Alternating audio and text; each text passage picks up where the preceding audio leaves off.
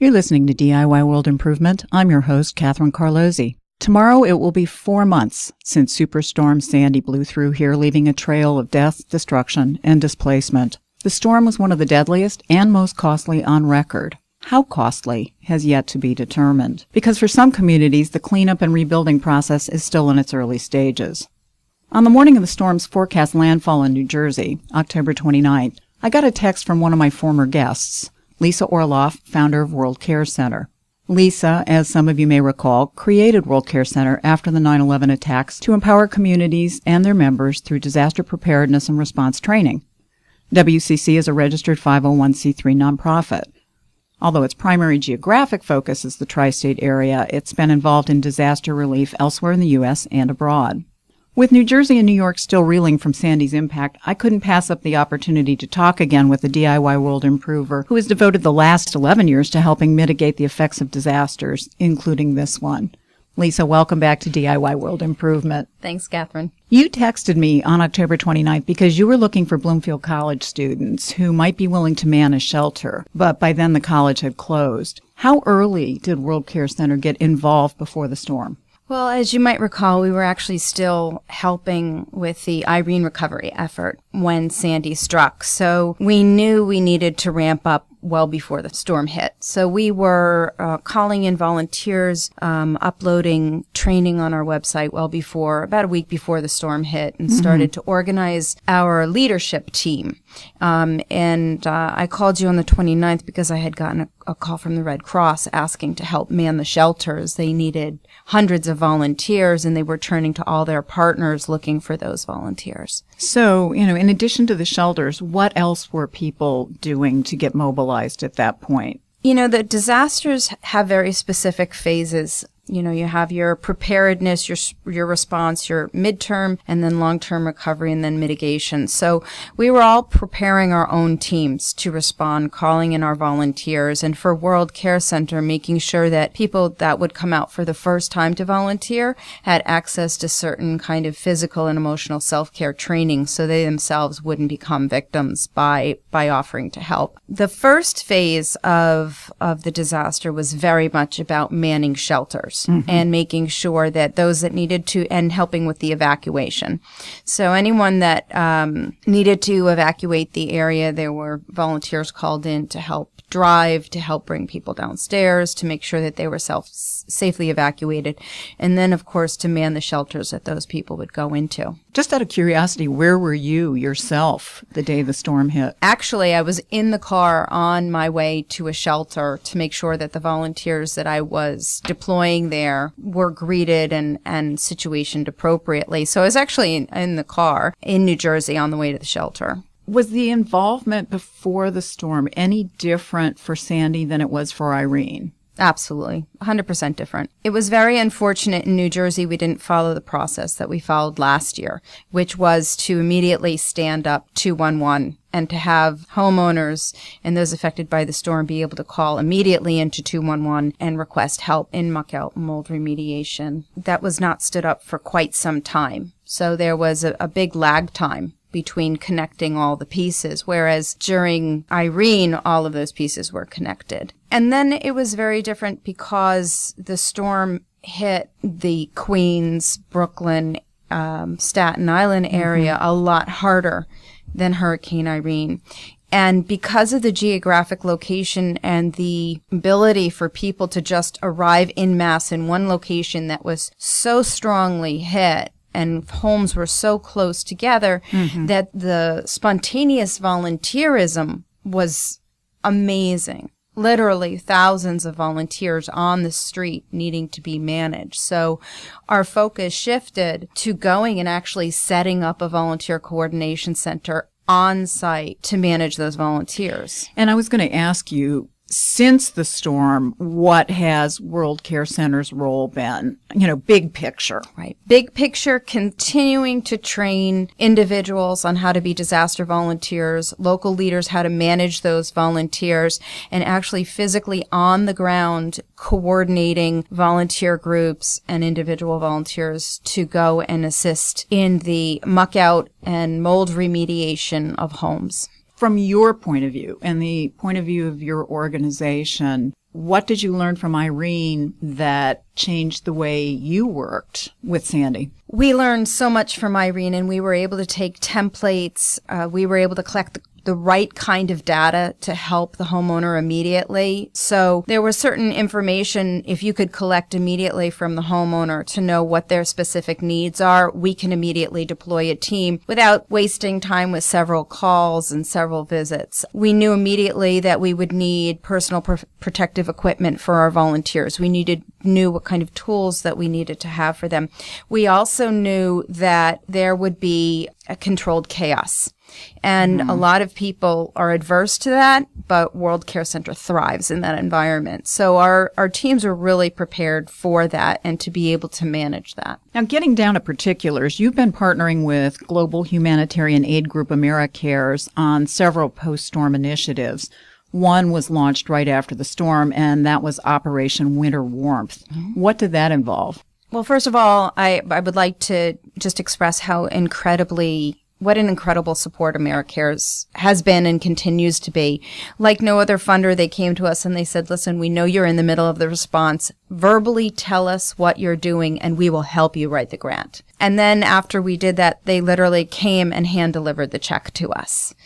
And they continue to be a resource for donations and checking in and advocating. And, we're a small operation, so They really help in that way. So we were able to work with AmeriCare initially to deliver 2,000 sleeping bags to the most vulnerable populations on Staten Island that would not be able to go out to resource centers and distribution sites and pick up those sleeping bags because either they didn't have the ability, they didn't want to leave their home because they were afraid of vandalizing, or their cars were underwater. Right. They didn't have a way, or they simply were not connected. We use a lot of social media, and we're Facebooking, Twittering, posting things on the web. But, our senior population isn't necessarily in tune with that. So. Well, and many of them didn't have internet access anyway with the power outage, as so many of us didn't. So the bigger ongoing joint initiative with AmeriCares is Operation Muckout. Yes. Talk about that. Well, Operation Muckout is exactly what it is. And I really want to be clear because there's a lot of angst about what is a muckout. A lot of homeowners are very confused because there's so many groups helping and they don't know what's been done in their home, where volunteer groups have left off, and if their mold is really remediated, or if there are extra steps that need to take place.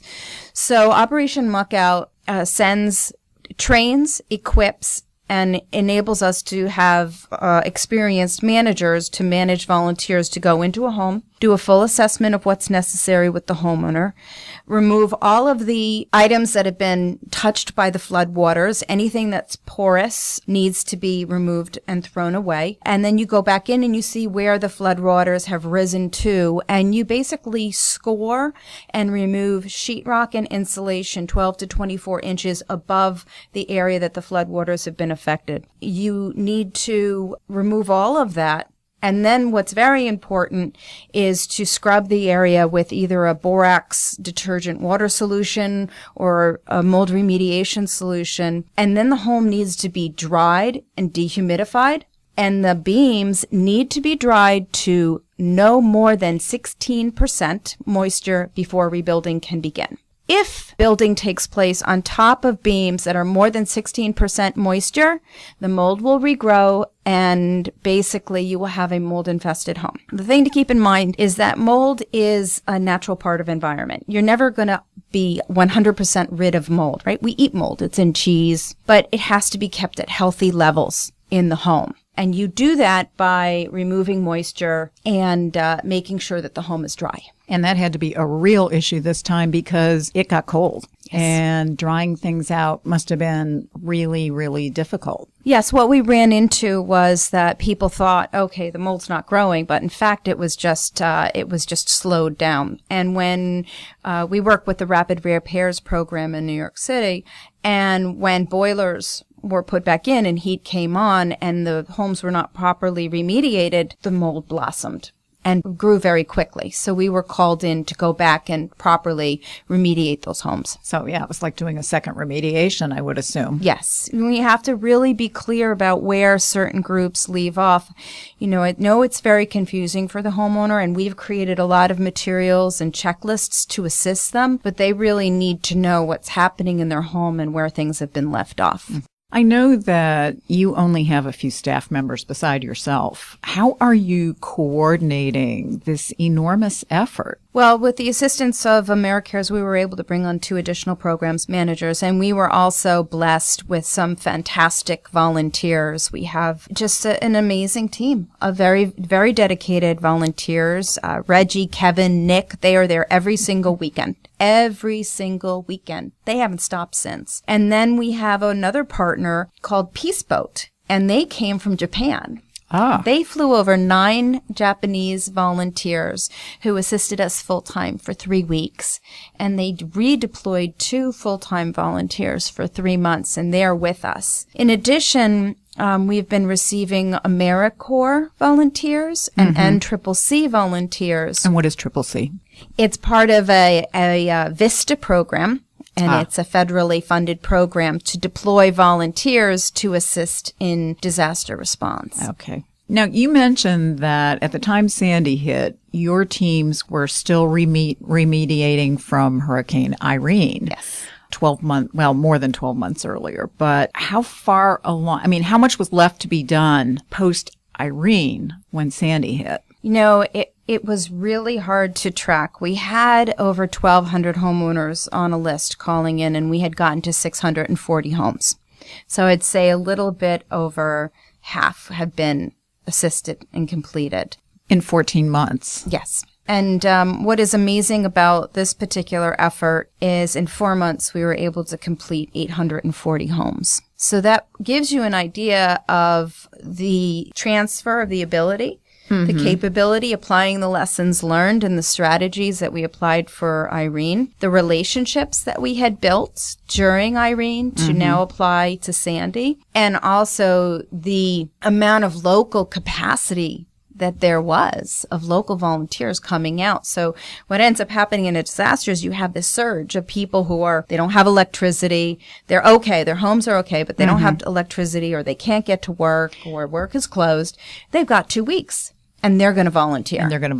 And also, there was a lot of press coverage about teams coming from the New Orleans area, Katrina victims who wanted to give back. Yes. People coming from Ireland to pitch in the Irish American communities. Yes. People from all over the country, really, who came in just because they wanted to help. Even though you have accelerated the learning curve because of Irene, how long do you think it's going to take to clean up from the muck out and remediation point of view after Sandy?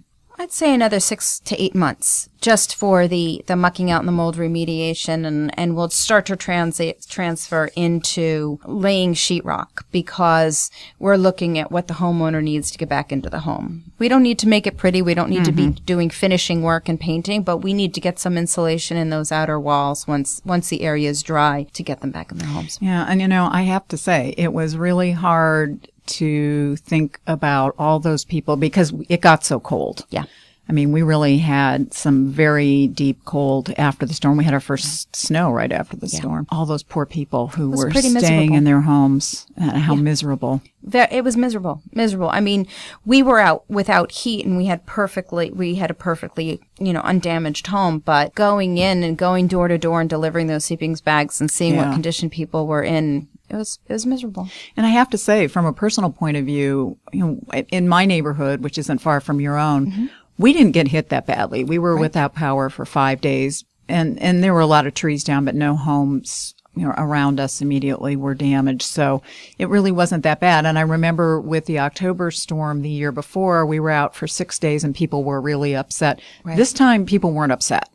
Yeah. Somebody'd say, oh, yeah, we were without power for 10 days, but they knew that was nothing compared with what so many people were suffering. So people were actually pretty copacetic about it.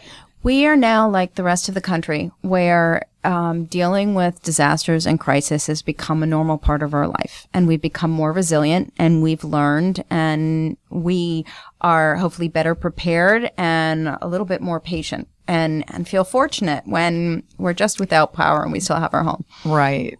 Although you weren't able to connect with Bloomfield students before the storm, Lisa, they did roll up their sleeves and get involved. Community involvement at Bloomfield College is a long tradition, and I know that last year the students racked up over 11,000 service hours collectively. One of them, Veronic Dodrill, is here with us today in the studio. Veronica was part of a group of students who went to Brick Township with Narita Montijo, the college's service learning coordinator, to help start the cleanup there. Veronica's class of 2014, majoring in graphic design and minoring in sociology. And she's also vice president of Team Infinite, a campus-based service organization. Veronica, thank you for coming. Thank you for having me.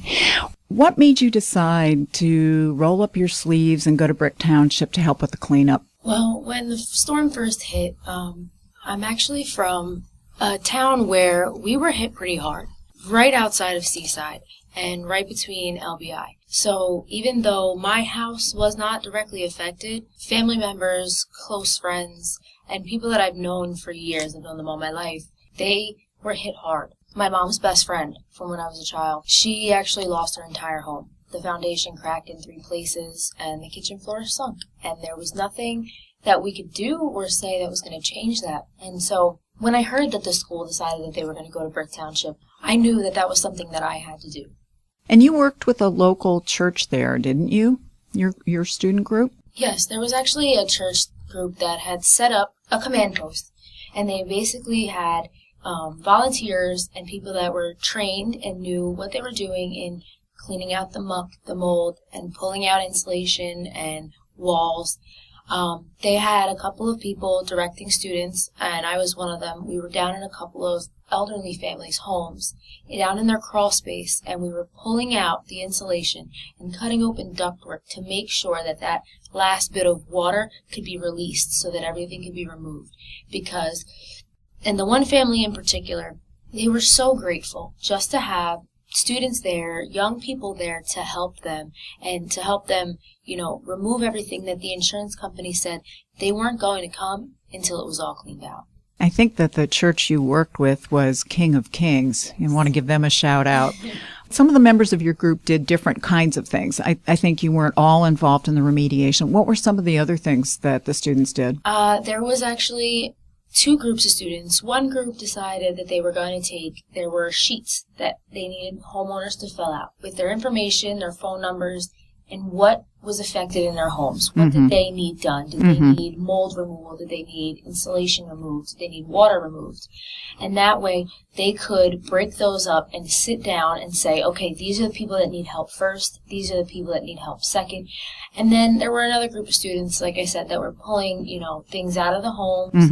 And there were also students walking door to door, just asking people if they were okay. Even if they had already, filled out the paperwork to get help, some people just needed someone to talk to. They wanted someone, and they wanted to know that someone was there that cared, that wanted to help them. So they would bring water to people's homes, leave it with them, leave them with the paperwork in case they wanted to call someone if they needed anything in the middle of the night. So it was a really great experience. It kind of showed you that people, even when they have absolutely nothing, they still want to give you something. The woman whose home we were in, she was like, what can I give you? What can I do for you? And all we looked at her and said was, we don't need anything. Just helping you was enough that, that's why we came here today.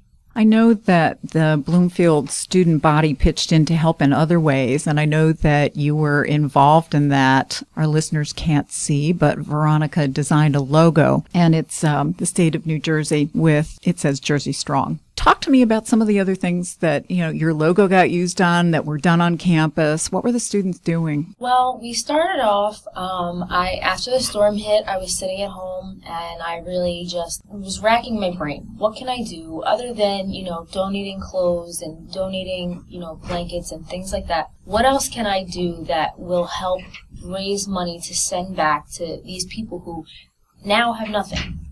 So I decided that I was going to make a logo, and I was going to try and find a sponsor for t-shirts, and then I was going to use buttons. I started off with the buttons. They were small. I sold them through the school, and all of the money was put into a community service fund. And then that money was later distributed to families, counties that were, drastically affected. And then we found a sponsor that donated the t-shirts with the logo on them. So once we started to sell them, 100% of the proceeds went directly to individuals who were affected by the storm.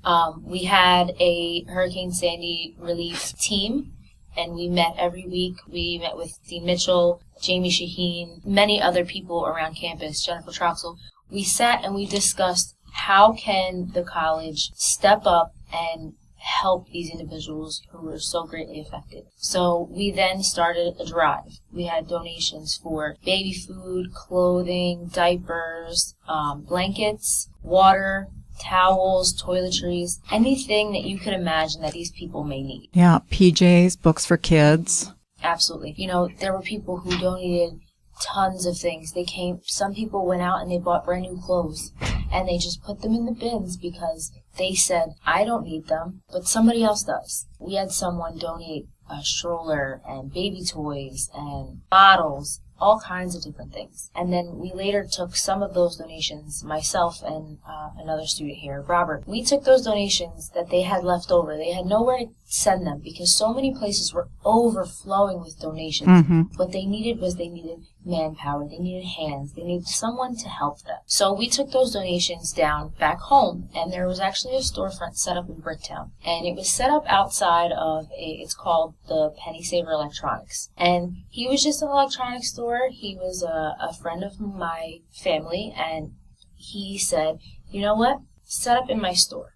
They would collect donations, and then they would separate them out, and they would bag them up and call families and call churches. And whatever those people needed, they would bring them directly to their home. I spent 2 days in there just folding and sorting. There were so many donations, so many children's clothes, adults' clothes, toys, shoes, anything that people could possibly imagine that they needed.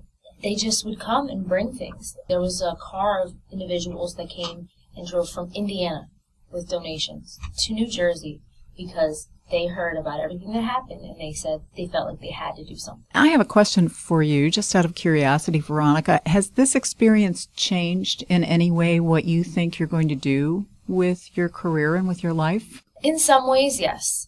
All my life, I've known that I wanted to help people, and it's just a matter of time now of me figuring out how exactly do I want to do that. Knowing that I work with art, it can be a great strategy on fundraising. It can be a great thing to help in situations like this, but getting the experience from helping people, talking to people, and having a minor in sociology, it's kind of giving me a new look on what I want to do. And I'm thinking about your experience, Lisa, and how you created World Care Center as a result of what you saw as a volunteer after 9/11. So we artists are very compassionate. I was actually a fashion designer before I switched careers.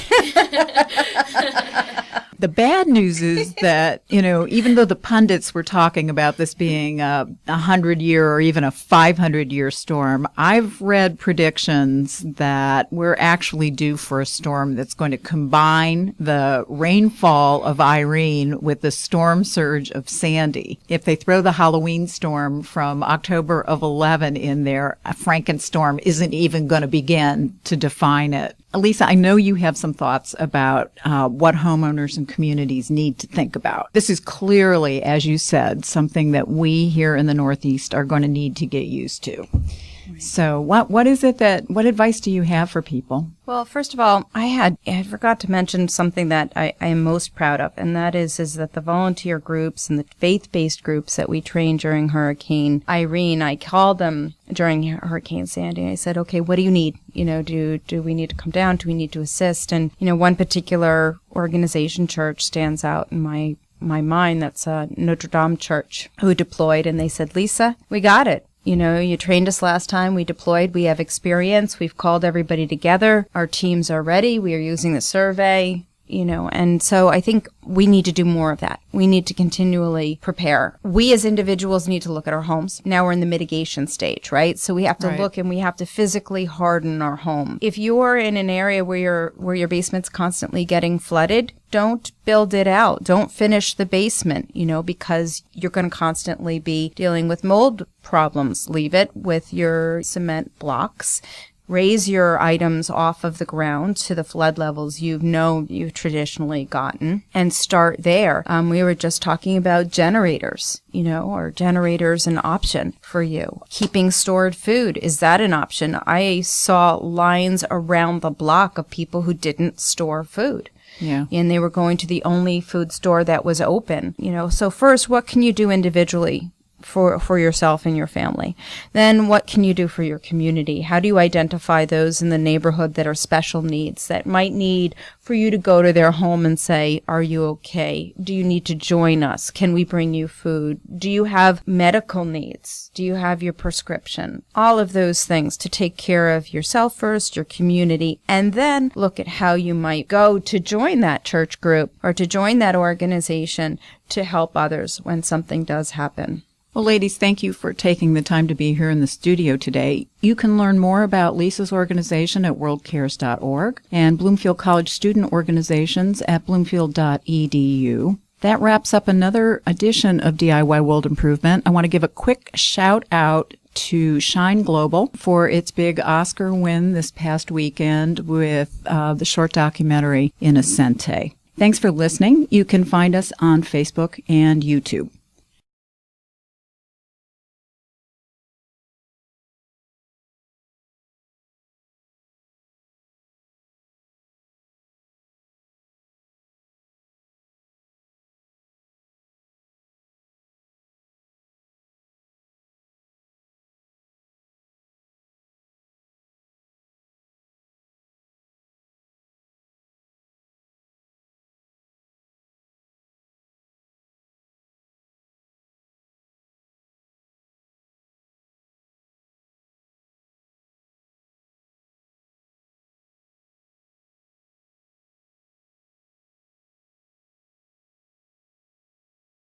People that would come out for the first time to volunteer had access to certain kind of physical and emotional self-care training so they themselves wouldn't become victims by offering to help. The first phase of the disaster was very much about manning shelters and making sure that those that needed to, and helping with the evacuation. So anyone that needed to evacuate the area, there were volunteers called in to help drive, to help bring people downstairs, to make sure that they were safely evacuated, and then, of course, to man the shelters that those people would go into. Just out of curiosity, where were you yourself the day the storm hit? Actually, I was in the car on my way to a shelter to make sure that the volunteers that I was deploying there were greeted and situation to ramp up well before the storm hit. So we were calling in volunteers, uploading training on our website about a week before the storm hit, and started to organize our leadership team. And I called you on the 29th because I had gotten a call from the Red Cross asking to help man the shelters. They needed hundreds of volunteers, and they were turning to all their partners looking for those volunteers. So, in addition to the shelters, what else were people doing to get mobilized at that point? The disasters have very specific phases. You have your preparedness, your response, your midterm, and then long-term recovery, and then mitigation. So we were all preparing our own teams to respond, calling in our volunteers, and for World Care Center, making sure that preparedness and response training. WCC is a registered 501c3 nonprofit. Although its primary geographic focus is the tri-state area, it's been involved in disaster relief elsewhere in the U.S. and abroad. With New Jersey and New York still reeling from Sandy's impact, I couldn't pass up the opportunity to talk again with a DIY World Improver who has devoted the last 11 years to helping mitigate the effects of disasters, including this one. Lisa, welcome back to DIY World Improvement. Thanks, Catherine. You texted me on October 29th because you were looking for Bloomfield College students who might be willing to man a shelter, but by then the college had closed. How early did World Care Center get involved before the storm? Well, as you might recall, we were actually still helping with the Irene recovery effort when Sandy struck. So we knew we needed to appropriately. So I was actually in the car in New Jersey on the way to the shelter. Was the involvement before the storm any different for Sandy than it was for Irene? Absolutely. 100% different. It was very unfortunate in New Jersey we didn't follow the process that we followed last year, which was to immediately stand up 211 and to have homeowners and those affected by the storm be able to call immediately into 211 and request help in muck-out mold remediation. That was not stood up for quite some time. So there was a big lag time between connecting all the pieces, whereas during Irene, all of those pieces were connected. And then it was very different because the storm hit the Queens, Brooklyn, Staten Island area a lot.